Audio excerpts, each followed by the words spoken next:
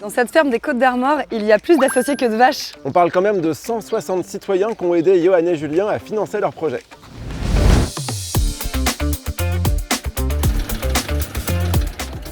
Ouais, je soupçonne Justine de faire mine, j'adore les tracteurs, pour pas pédaler. On me la fait pas.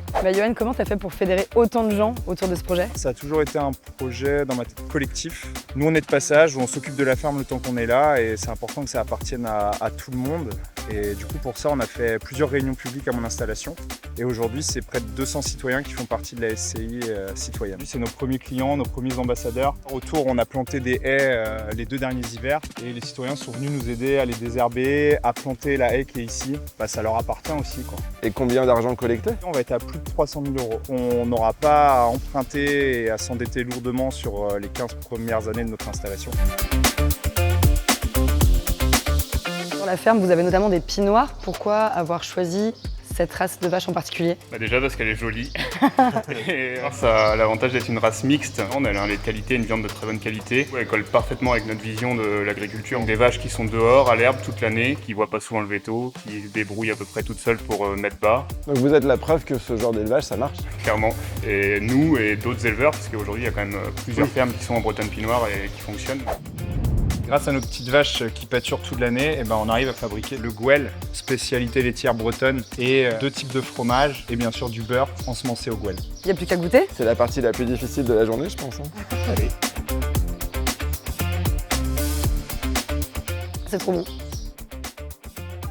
Ah mais c'est vachement bon. Bon, maintenant qu'on a mangé comme des gouelles... Il est l'heure de pédaler, hein.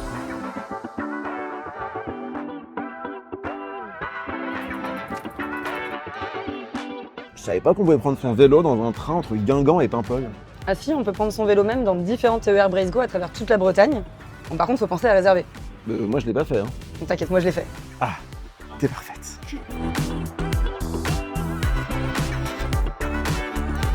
On est arrivé chez Florian dans le Trégor. Tout mouillé. Tout mouillé, c'est aussi ça la Bretagne, on va se mettre à l'abri. Et ici, Florian et Pierre-Jean ont 4 serres différentes pour faire vivre 3 salariés. 4 serres, 3 salariés, c'est la preuve que... Ça fonctionne. Voilà. Alors Petit Légumes, c'est une micro-ferme de maraîchage bio en plein centre du village. Et c'est aussi une guinguette à la ferme, une micro-brasserie, donc pour développer le local, le social et la bonne ambiance. Aujourd'hui, on est 2 associés, donc Pierre-Jean et moi, Florian. Donc pendant l'été, on a aussi un ou une saisonnière qui va travailler à mi-temps pendant l'été. Il va y avoir à la fois l'entretien des cultures et les ventes à la ferme. Donc on a une activité très saisonnière avec beaucoup de travail l'été. Et l'hiver, par contre, on se garde beaucoup plus de temps pour nos activités personnelles. Je t'ai vu. J'ai rien fait.